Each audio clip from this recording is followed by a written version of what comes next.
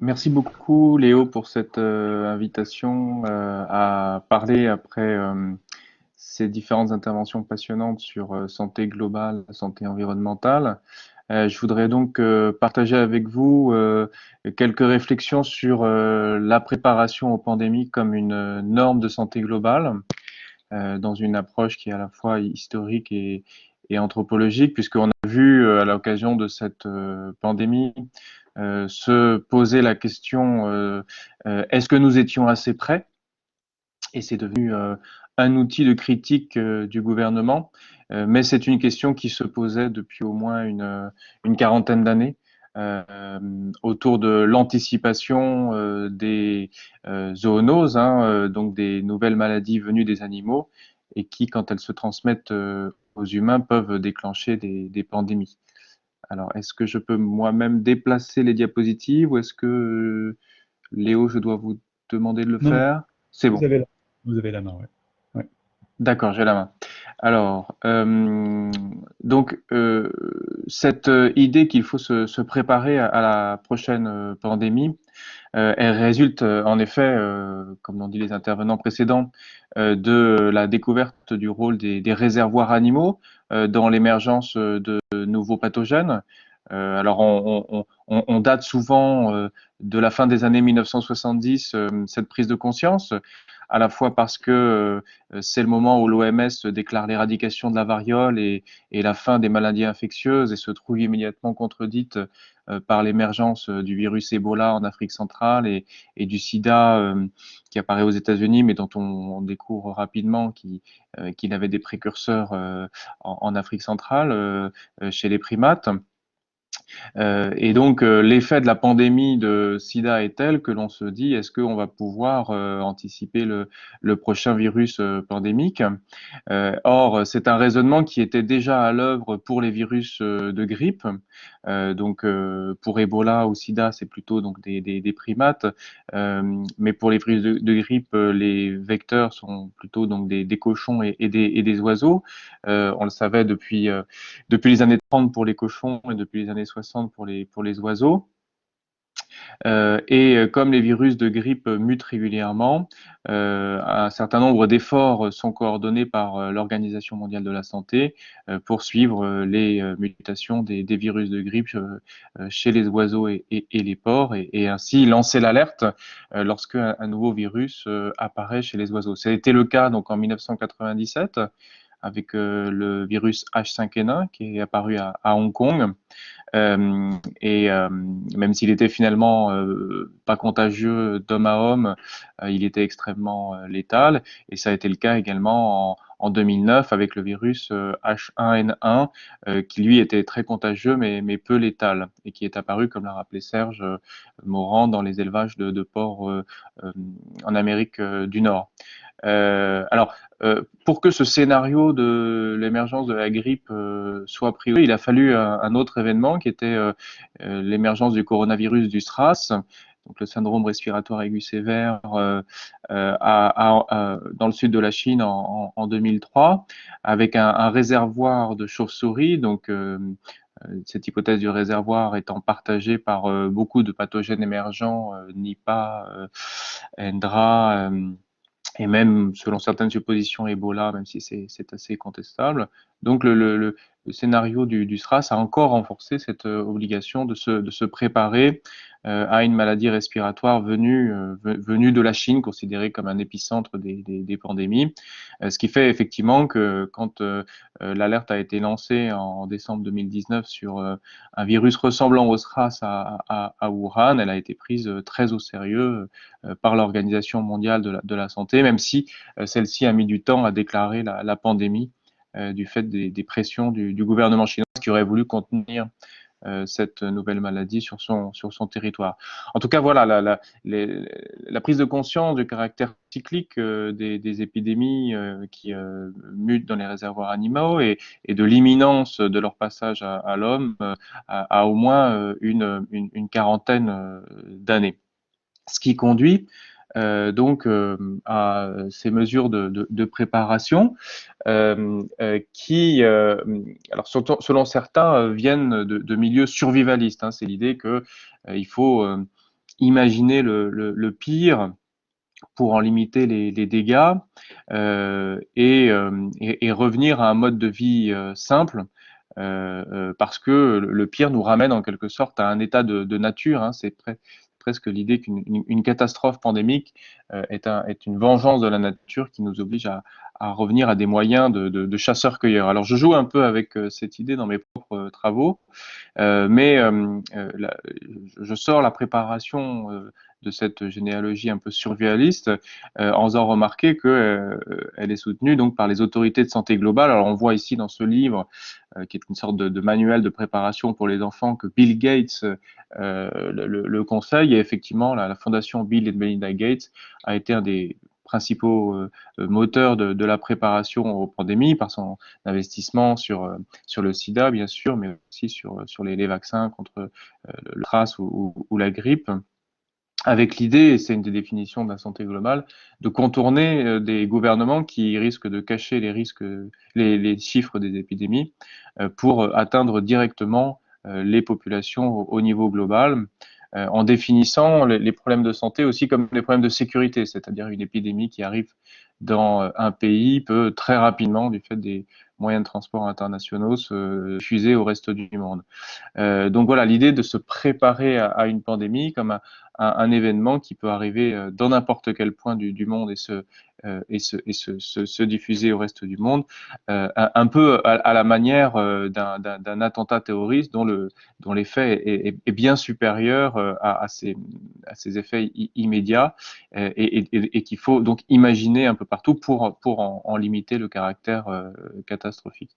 Alors, je me rattache donc aux travaux de mon collègue Andrew Lakoff, qui a montré que cette norme de la santé globale apparaît effectivement à la fin des années 80 dans le contexte de la crainte du bioterrorisme, hein, où effectivement on surveille les laboratoires pour éviter qu'ils ne diffusent, qu'ils ne fassent circuler des pathogènes dangereux. Mais en fait, la préparation aux catastrophes, selon ces chercheurs, ces anthropologues, viendrait plutôt du monde de la défense civile pendant la guerre froide et marquerait une coupure avec les précédentes rationalités du risque. Alors, nous, en Europe, on connaît bien le principe de prévention, hein, qui consiste à calculer les risques d'une maladie sur un territoire, de façon à mutualiser ces risques, hein, et c'est le principe de la sécurité sociale. Mais l'idée qu'il faut se préparer à un événement peu probable, mais potentiellement catastrophique, émergerait donc dans le milieu de la défense civile contre une attaque nucléaire et serait donc vraiment différent de ce qu'on a connu, d'où la difficulté aussi pour les sociétés européennes à comprendre ces mesures de préparation quand elles se surajoutent à celles qui ont été mises en place pour la prévention. Alors, je ne vais pas commenter tout le tableau que fait Andrew Lakoff, mais juste la troisième ligne me semble importante. Hein. La prévention repose sur des archives actuariales, c'est-à-dire sur l'accumulation de chiffres des maladies, de statistiques par l'État sur son territoire et donc produit une continuité entre le passé et le futur, alors que la préparation repose sur une mise en acte par l'imagination, donc des acteurs beaucoup plus près du terrain, hein, notamment dans les entreprises, mais aussi dans les hôpitaux, dans les administrations, et qui vont produire une capacité d'alerte et de vigilance pour des événements surprenants qui vont être définis par des scénarios. Et ce qui est intéressant dans cette généalogie, c'est que ces chercheurs remarquent que la prévention est apparue au XVIIe siècle lorsqu'il fallait calculer les risques pour les grands voyages de découverte. Donc, c'est la naissance de l'assurance pour les voyages maritimes, alors que la préparation apparaît donc dans les années 1950 à travers des exercices pour une attaque nucléaire pendant la guerre froide et sont ensuite élargis à la fin de la guerre froide à des désastres naturels, des attaques terroristes et des pandémies. Alors que, effectivement, l'assurance contre le risque a été élargie au XIXe siècle des échanges vers tous les industriels ou les maladies repérables sur un territoire. Donc on a un changement de rationalité et une nécessité d'inclure les populations dans cette nouvelle rationalité. Et ce qui est assez intéressant, c'est que il y a plusieurs techniques qui permettent d'inclure les populations et elles vont se transformer effectivement de la guerre froide.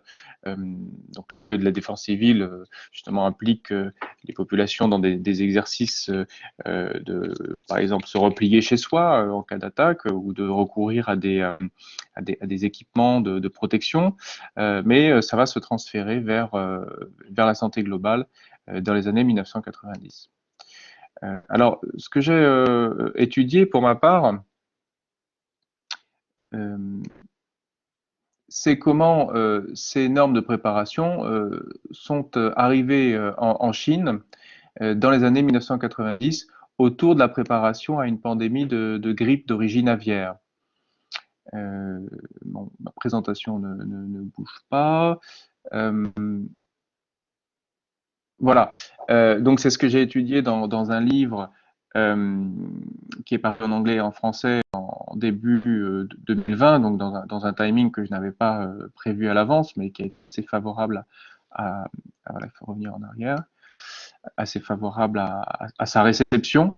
Euh, donc, ce que j'ai appelé en anglais heavy réservoirs, c'est-à-dire donc des réservoirs d'oiseaux dans lesquels on surveille les mutations des virus des grippes, on produit ces sentinelles des pandémies, donc des territoires où la surveillance est particulièrement intense et implique un grand nombre d'acteurs, pas seulement des virologues qui sont des espèces de héros publics, ce qu'on appelle des chasseurs de virus, euh, parce qu'ils vont comme ça dans les lieux un peu marginaux d'un territoire pour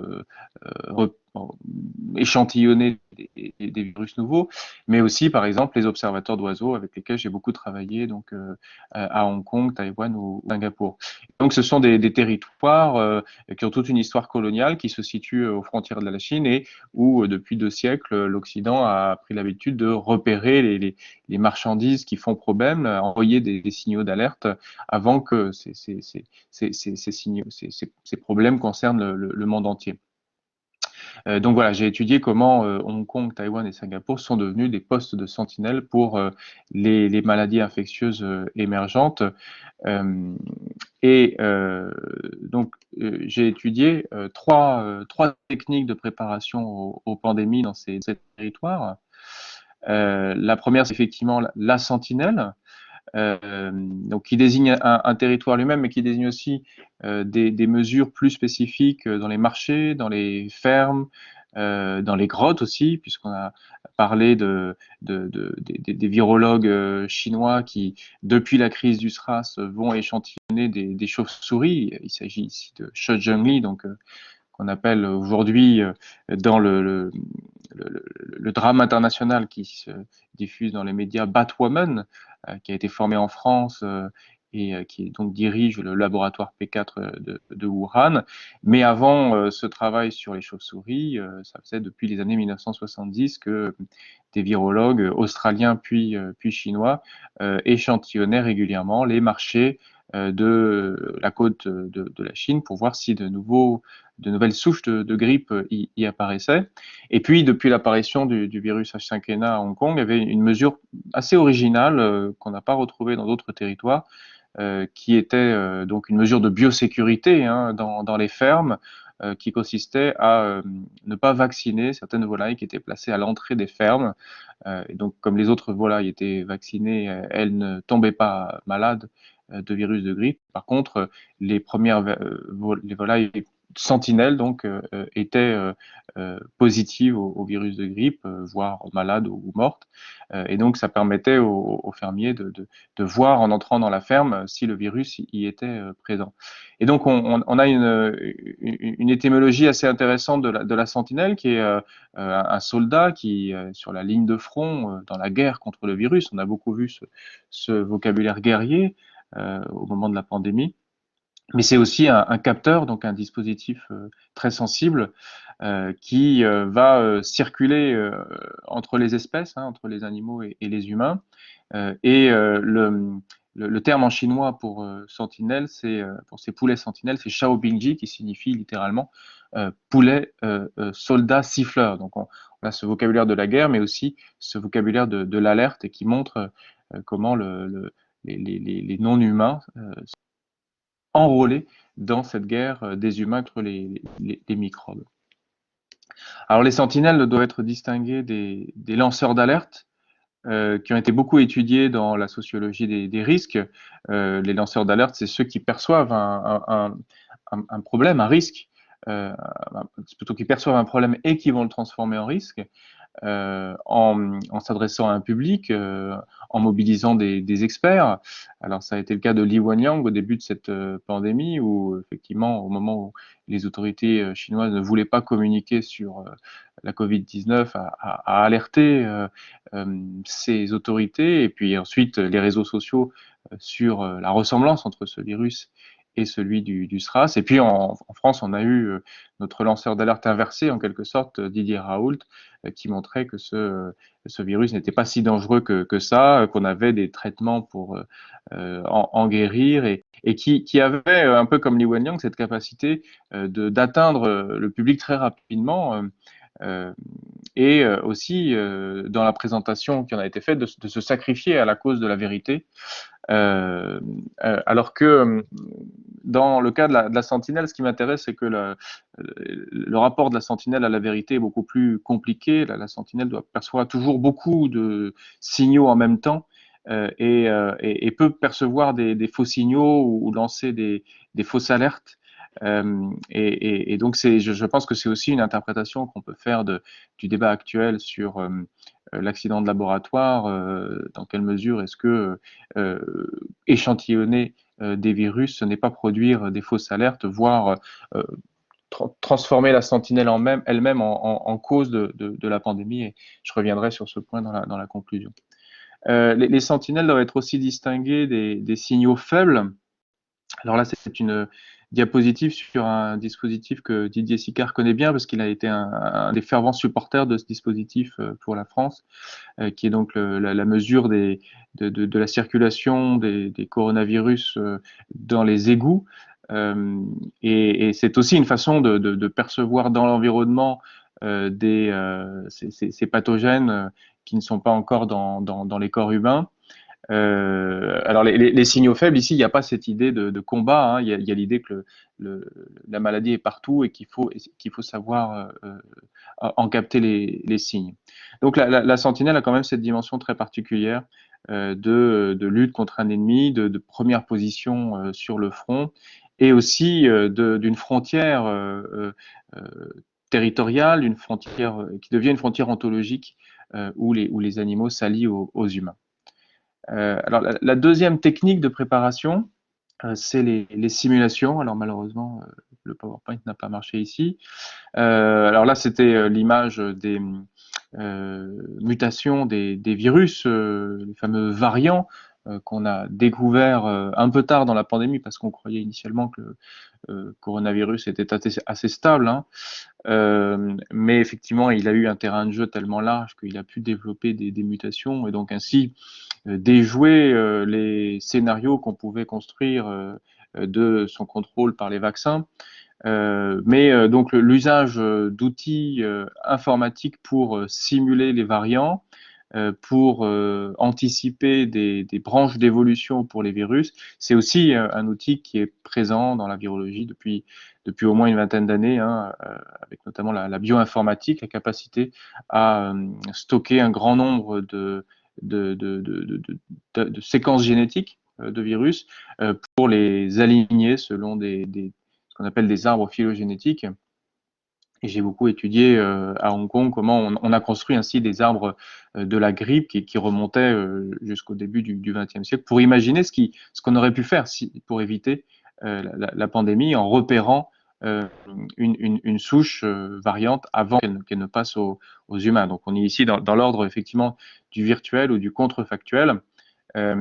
Et c'est l'informatique qui construit cet espace. Mais il y a une autre forme de simulation, j'espère qu'on va la voir, voilà, qui est bien réelle et qui consiste à organiser des mises en scène dans des lieux particulièrement exposés aux pandémies.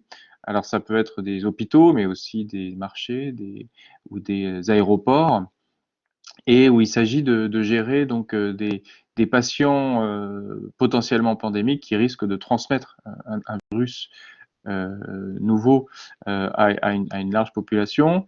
Et donc, pour éviter l'effet de panique que suscite une alerte pandémique, on entraîne le personnel, on coordonne les différents groupes professionnels de façon à gérer ce qu'on appelle des ressources rares dans un contexte d'urgence. C'est des techniques qui viennent de l'humanitaire, et ainsi de façon à rendre ordinaire l'extraordinaire, c'est-à-dire la gestion de ces flux de patients. Alors j'ai observé moi-même donc ces simulations à Hong Kong et en Chine, qui donc se produisaient régulièrement, une fois par an, et permettaient à différents organismes de santé de se rencontrer, d'échanger donc des techniques et des manques aussi, hein, des gaps, puisque chaque exercice est supposé découvrir un manque de coordination ou un manque d'équipement. La troisième technique de préparation, c'est le stockage. Et là aussi, je le décline en deux points. Il y a le stockage prioritaire, ce qu'on appelle en anglais le stockpiling. Et c'est une technique qui a été mise en place aux États-Unis à la fin des années 70, après la grippe de 1978, où les États-Unis se sont rendus compte qu'ils ne disposaient pas de vaccins adaptés à l'apparition de nouvelles souches de grippe. Et donc, ils ont constitué ces stocks euh, couverts par le secret défense en établissant un ordre de priorité pour ces vaccins et aussi en faisant des commandes pour que les vaccins soient adaptés à plusieurs souches de virus de grippe, ce qui a donné lieu à des innovations technologiques majeures. Donc ce sont effectivement des stocks gérés par le secret défense, donc organisés par un ordre de priorité en fonction du personnel auquel ils sont adressés. Mais je mets en contraste ce stockage prioritaire avec ce que j'appelle le stockage ordinaire, où là on stocke non pas des vaccins mais des souches virales. Bon, malheureusement on ne voit pas l'image, mais ce sont donc tous ces serveurs où les séquences génétiques sont conservées, et puis ces frigidaires dans lesquels les échantillons sont également conservés. Et on voit aujourd'hui avec le débat sur l'accident potentiel de laboratoire et le rôle de l'Institut de virologie dans l'origine de la pandémie, que ces bases de données et ces frigidaires sont des lieux dans lesquels on peut retrouver les traces des pandémies passées, à condition effectivement qu'ils fassent l'objet d'une communication transparente, ce qui est la règle internationale, et puis aussi des conditions de maintien de la chaîne du froid. Et donc l'enjeu aujourd'hui, c'est effectivement la transmission de ces informations qui sont conservées dans le laboratoire de Wuhan. Alors je passe donc à la dernière diapositive de ma présentation. Donc ce que j'ai... Ah non, pardon, il y a encore ce troisième sens du stockage que j'appelle le stockage pathologique ou hoarding. Alors c'est un sens que donnent les archéologues quand ils trouvent des accumulations de matérialité dans les sociétés passées, souvent sur le mode du prestige, et qui se demandent pourquoi les sociétés ont ainsi accumulé de telles données. Et on utilise aussi ce terme quand, en cas de crise, il y a un achat massif de biens prioritaires, de biens essentiels. Bon, on a vu au début de la pandémie l'achat de papier toilette, mais on peut aussi appliquer ce terme aux masques, à l'accumulation de masques, non seulement donc chez ceux qui les achètent, mais aussi dans les lieux où ils sont jetés. Et il me semble que effectivement, enfin, certains archéologues font l'hypothèse qu'on pourra repérer l'année 2020 par une couche de plastique qui correspondra à cette accumulation de masques chirurgicaux. Et donc la question écologique de l'usage des masques se pose dans le contexte de la gestion globale de cette mesure qui a effectivement été la seule disponible au début de la pandémie. Alors je passe donc à la dernière diapositive où je récapitule donc ces techniques de préparation. Donc je vous ai dit, c'est des techniques qui viennent du milieu de la défense civile et qui sont transférées à la santé globale. Donc la question qui m'a intéressé, c'était de savoir comment est-ce que elle pouvait finalement intégrer des préoccupations environnementales, passer en quelque sorte de la biosécurité à la biodiversité.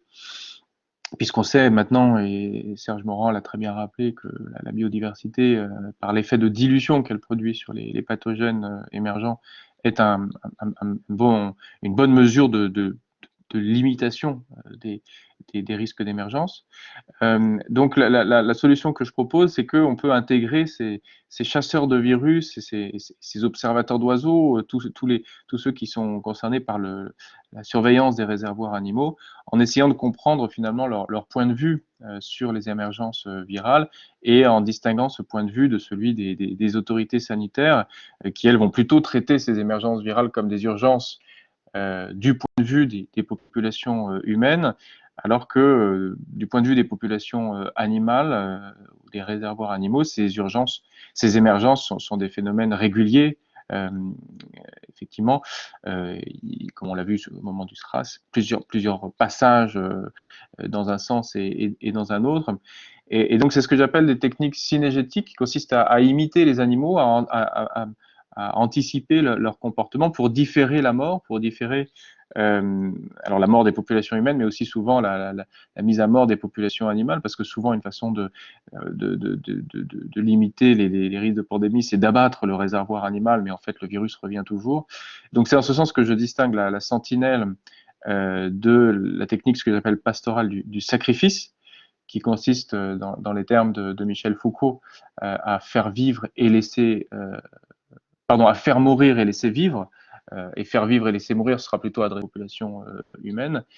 Et ce que j'apporte dans le livre, c'est donc l'étude d'un certain nombre de cas où les sentinelles posent des problèmes philosophiques sur ce qu'est une vraie et une fausse alerte.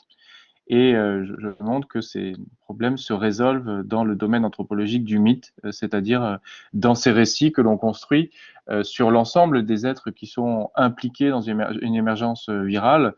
Et je partage l'avis que vient de donner Didier Sicard, selon lequel s'il y a effectivement responsabilité d'un laboratoire dans l'émergence du SARS-CoV-2, il reste l'ensemble des autres éléments du grand récit de la pandémie qui continuent qui doivent continuer à animer la préparation aux prochaines pandémies. Après, les simulations, qui sont donc ces exercices que l'on fait dans les lieux où peuvent arriver des patients de maladies infectieuses, ces simulations, elles permettent aussi de prendre le point de vue des différents acteurs concernés, et souvent ces points de vue sont écrasés par la forme du scénario qui distribue les rôles à l'avance. Et c'est pour ça que dans les enquêtes que j'ai faites, j'ai montré que le problème central pour ceux qui écrivent ces scénarios et pour ceux qui participent aux simulations, c'est celui de la réalité, du réalisme. Est-ce que ça ressemble aux catastrophes que nous avons connues? Est-ce que ça permet d'anticiper la prochaine pandémie? Ce problème est un problème que l'on trouve en anthropologie autour du rituel, c'est-à-dire finalement ces simulations deviennent un peu nos nouveaux rituels qui permettent d'intégrer ces catastrophes extraordinaires dans la vie ordinaire des sociétés. Et puis finalement, donc le stockage, j'ai distingué une technique donc des stockages des chasseurs de virus qui consiste à accumuler tous les virus qu'ils peuvent et à les partager de façon transparente. Et puis un stockage prioritaire qui est celui des vaccins. Où il y a des formes d'inéquité et de propriété qui se mettent en place, alors que le stockage ordinaire est plutôt régi par la transparence et le partage. Donc ce problème de l'équité, il me semble que on peut le résoudre par tout ce qu'on fait, tout ce qu'on a étudié les anthropologues sur les formes d'échange finalement, échange des sociétés entre elles à travers les vaccins, mais aussi échange des humains avec les animaux, puisque les vaccins sont souvent fabriqués à partir de formes de vie animales qui sont ensuite modifiées. Et donc, la proposition que j'ai faite, c'est de considérer effectivement les virus et les microbes comme des modalités de communication avec les animaux, dont les pandémies révèlent qu'elles sont faussées, qu'elles sont déséquilibrées, et qui nous obligent par l'ensemble de rituels de plus en plus présents dans la vie quotidienne, de renégocier notre rapport aux animaux par le biais des microbes pathogènes. Voilà, merci pour votre attention. Frédéric, pour cette présentation qui vient bien compléter les précédentes sur ces aspects de finalement. Juste, oui. Pardon, j'espère juste que pas trop de personnes auront déjà vu cette présentation, parce que je crois que j'ai parlé à l'espace éthique, mais dans un autre contexte il y a 2 ou 3 mois. Donc, mais j'ai essayé de l'adapter au contexte de cette journée. Non, c'était très bien et c'est un public, je pense, qui est un peu différent. Voilà, la nécessité effectivement de cette question qu'on aborde, qu'on essaye d'aborder depuis longtemps à l'espace éthique, de l'éthique de l'anticipation, de se poser la question de la façon de prendre soin du futur et finalement de dire que l'anticipation doit être l'objet d'une éthique. Hein, on avait tendance pendant longtemps à croire que l'anticipation, c'était un concept qui était qui était surtout technique, hein, surtout dans le domaine économique, mais aussi dans les politiques publiques.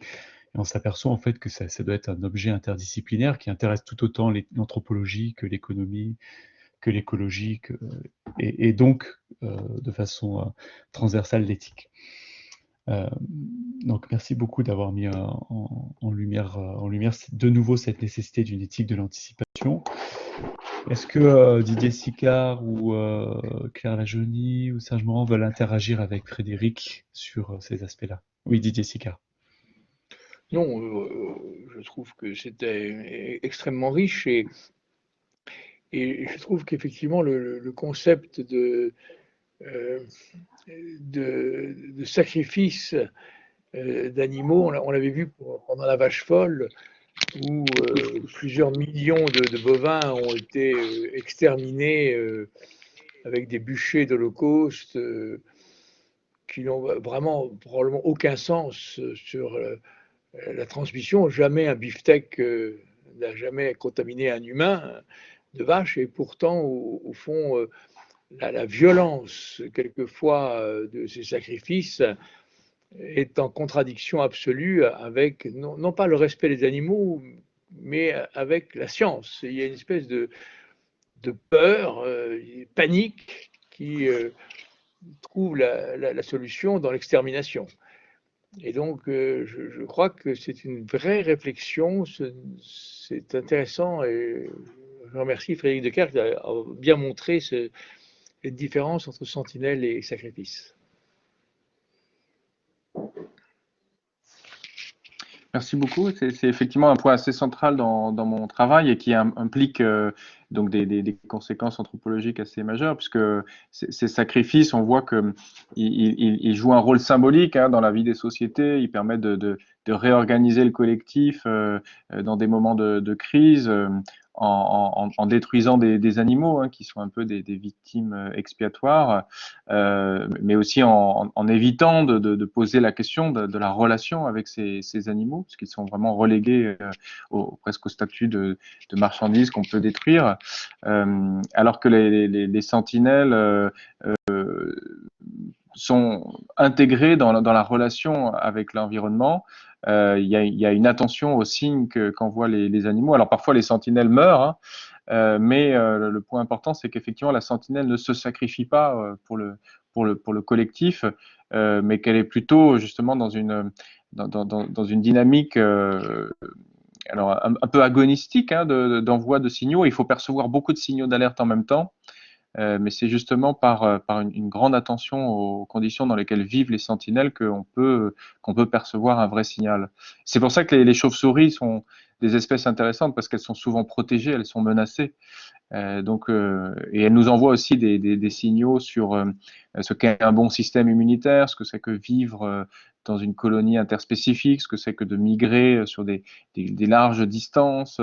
Même s'il y a eu effectivement sporadiquement des cas d'abattage de chauves-souris ou d'éloignement des centres-villes, je crois que là, tout le travail qui a été fait par les virologues depuis une quinzaine d'années sur les chauves-souris a consisté justement à mieux les connaître, à mieux connaître leur écologie.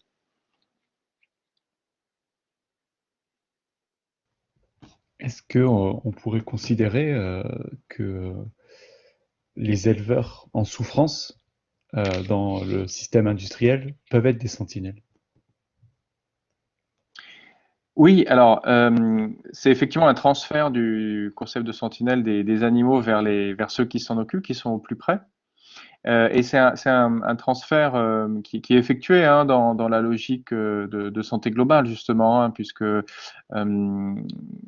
c'est toute la logique de la biosécurité qui consiste à rendre l'éleveur responsable de la transmission d'un pathogène au début de la chaîne alimentaire. Avant qu'un animal arrive sur un marché, effectivement, l'éleveur peut être le premier transmetteur, dans un sens ou dans un autre d'ailleurs, dans sa ferme. Alors, du coup, ça pose la question justement de l'éthique de cette responsabilité de l'éleveur. Et dans les travaux qu'on a menés sur les sentinelles des zoonoses, on a vu que souvent c'était dans des systèmes vétérinaires démantelés, par exemple en Mongolie, qu'on faisait porter sur les éleveurs des responsabilités qui avant étaient davantage assumées par les vétérinaires publics. Euh, et donc, il faut effectivement que les éleveurs soient sentinelles, mais que toute une chaîne de responsabilités les accompagne dans ce travail.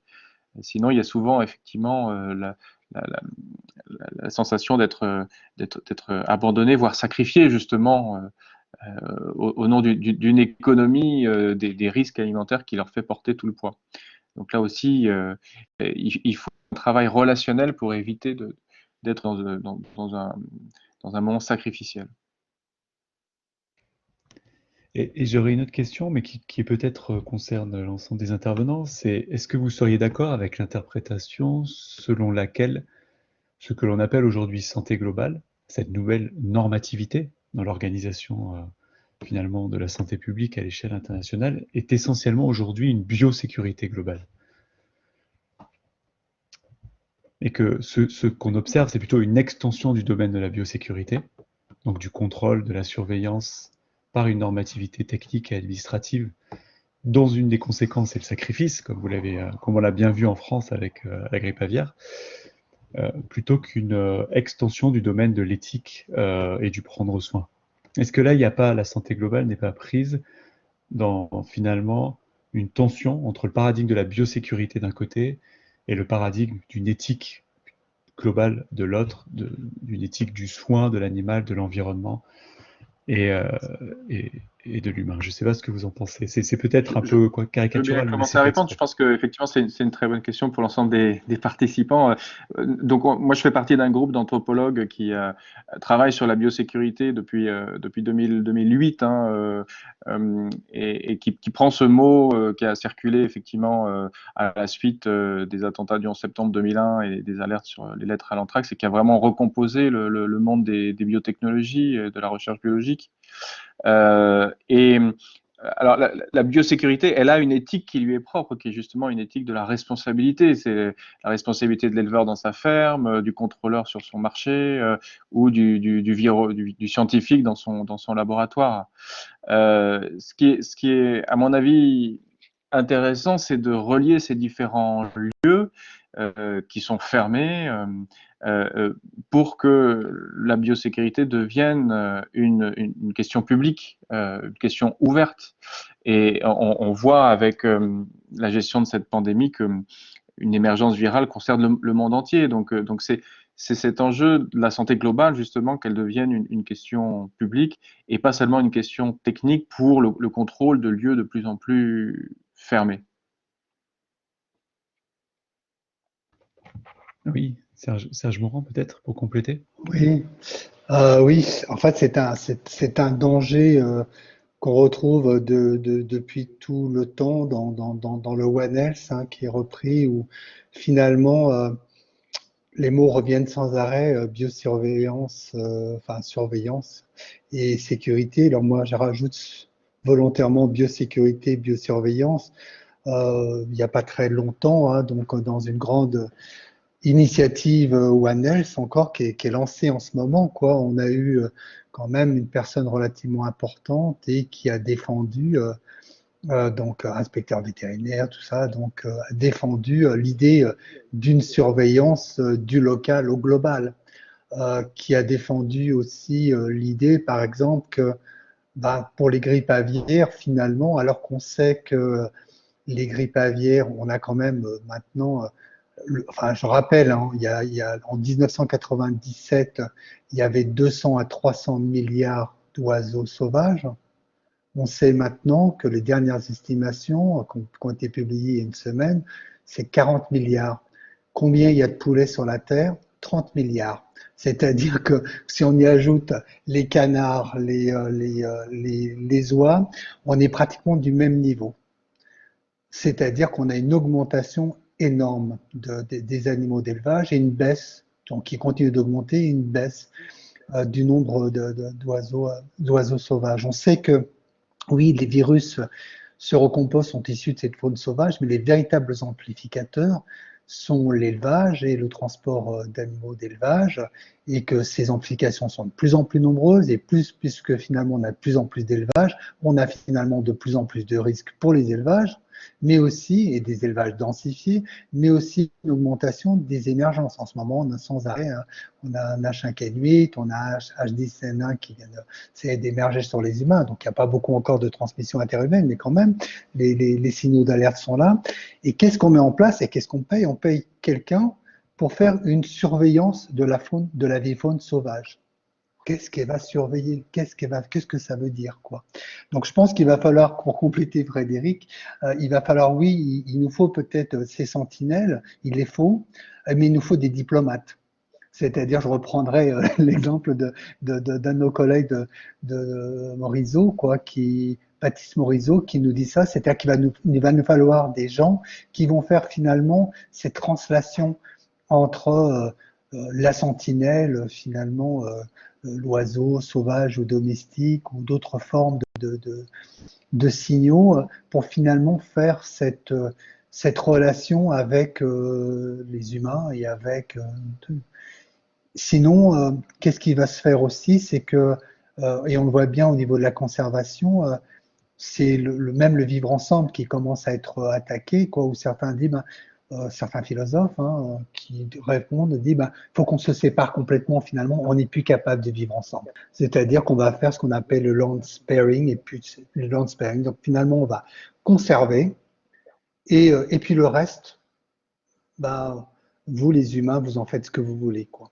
Je pense que c'est aussi, pareil, quelque chose qui est complètement effrayant comme attitude pour moi, hein, philosophique, sans sens que finalement, c'est la négation même de notre origine évolutive humaine, quoi.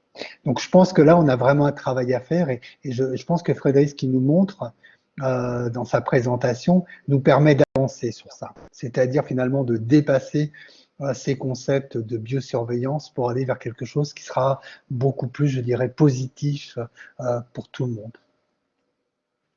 Oui, j'ai le sentiment que justement la biosurveillance ou la biosécurité débouche sur la conscience que la souffrance des animaux, leur enfermement est une cause de danger. Donc le paradoxe, c'est que la biosécurité devrait concourir justement à l'amélioration du statut des animaux.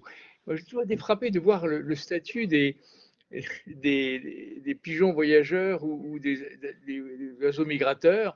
Je me souviens un jour dans la Somme, on l'avait trouvé échoué sur la plage, un pauvre oiseau migrateur qu'on a accusé de tous les maux d'avoir transféré un virus d'un élevage à un autre. Et c'est cette métaphore des migrants. C'est comme si les migrants étaient la cause de tous nos malheurs, alors qu'en fait, c'est les conditions même de migration qui sont, les élevages sont des sources les pauvres oiseaux migrateurs vont d'un élevage à un autre.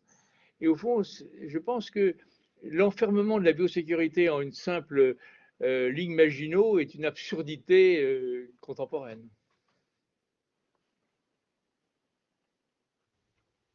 Merci.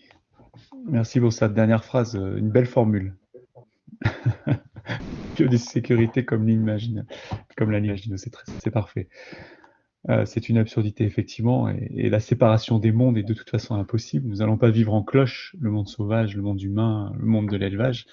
Donc il y a encore cette question d'interdépendance que nous devons assumer et des vulnérabilités que ça implique, évidemment, en conséquence.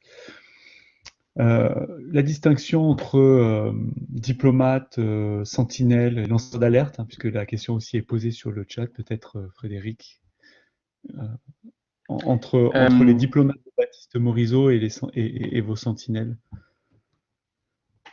Alors, ce que je partage avec Baptiste Morisot, c'est effectivement une attention aux formes de pistage, de traçage, qui permettent justement de sortir de l'anthropocentrisme et d'imaginer d'autres modes de vie, donc dans des environnements que nous partageons. Effectivement, le diplomate, c'est une figure qui résout les conflits, hein, alors que la sentinelle est plutôt une figure d'anticipation, du conflit ou de la catastrophe à venir. Donc, elle tient davantage de la figure du lanceur d'alerte, mais effectivement, ce qu'il n'y a pas dans la sentinelle qui est dans le lanceur d'alerte, c'est le fait qu'il y a, pour le lanceur d'alerte, il y a un public. Il y a un public qui va décider s'il y a un risque, comment limiter ce risque. Dans la sentinelle, on va connecter des êtres aux frontières entre les espèces, mais c'est assez incertain de savoir si la catastrophe qui est annoncée va avoir lieu. Donc on est toujours effectivement dans des techniques de plus de leurre, de détour de ruse, et non pas de preuve, alors que dans le lanceur d'alerte, le but c'est quand même de construire une preuve.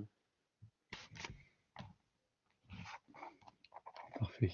Merci pour cette réponse très claire, oui, effectivement.